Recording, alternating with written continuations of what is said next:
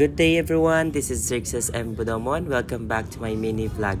So for today's video, tara samahan nyo kami. A day in our life as a Filipino family in Montana, USA.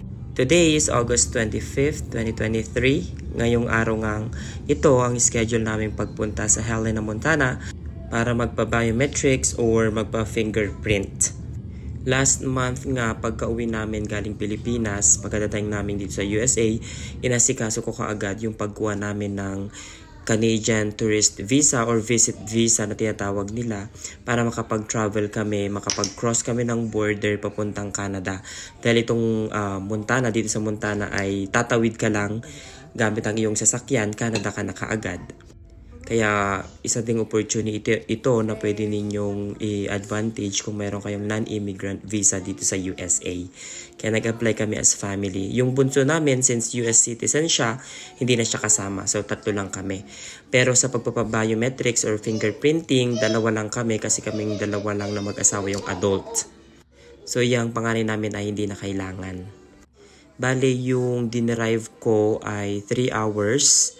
Pero hindi naman siya tuloy-tuloy kasi tumitigil kami minsan sa Great Falls, yung pinakagitna, para bumili ng Starbucks, ganyan, frap. Sobrang bilis lang niya, siguro wala pang 30 minutes, kaya after nyan, nagpunta muna kami sa Albertsons para magtingin ng gulay na hinahanap ng asawa ko. Walang iba kundi yung ampalaya. Nakikrave siya matagal na. Pero sadly, wala rin kaming nahanap sa Albertson. Kaya ayan, nag-decide na lang kami na magpunta pa sa kabilang or katabing store lang, yung Ross. Bilihan ito ng mga murang mga damit, ganyan mga gamit-gamit, bags, hats, at kung ano-ano pa. Branded yung mga mabibili mo dito at a lower price. Gustong-gusto nga namin nagpupunta rito kasi nga mura. Tapos minsan yung mura, naka-sale pa. So, doble-doble yung discount na makukuha mo. Na after niya, nagutom na kami kaya nagpunta na kami at nag-lunch sa Panda Express.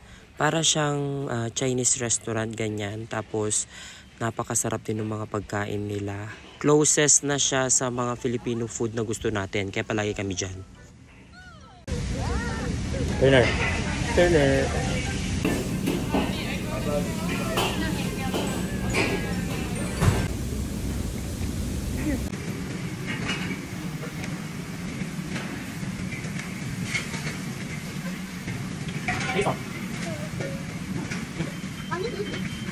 Ayan, pauwi na kami.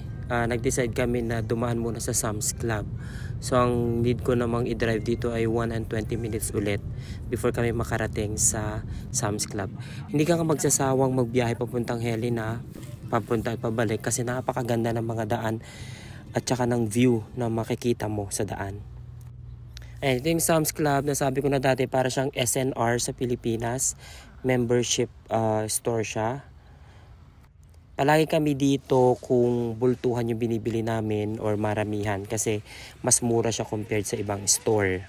May mga naka-display na nga ng mga Halloween decorations. Ayan o, claiming na mabilis na lang talaga magdaraan ng taon na ito. Kasi again, excited na naman tayong magbakasyon. Kung ikaw nga ay single, sinasabi ko palagi ito sa iba, na kayang-kaya mong umuwi sa Pilipinas, kahit December pa yan, 2 weeks yung vacation, at saka every year na pag-uwi mo, pagbakasyon, June hanggang August. Kayang-kaya, lalong-lalo ka ng kung ikaw ay single. Pero katulad namin na as family, napakalaki po ng plane ticket, napakamahal.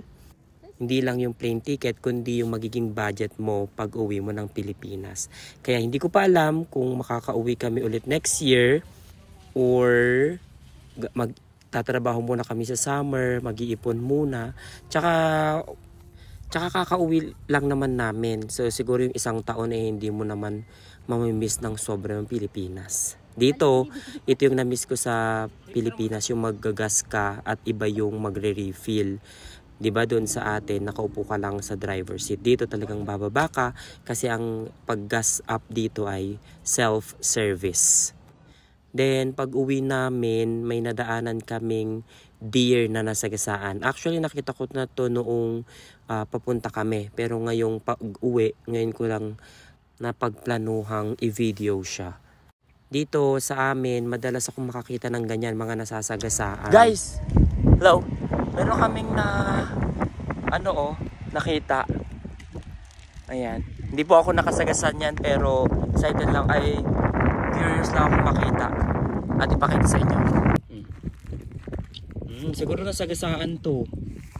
Malamang, parang buntis pa.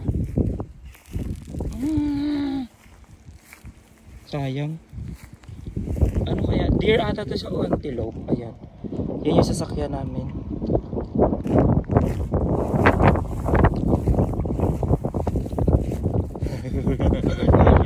So yun lang. Thank you again for always watching my videos. Bye!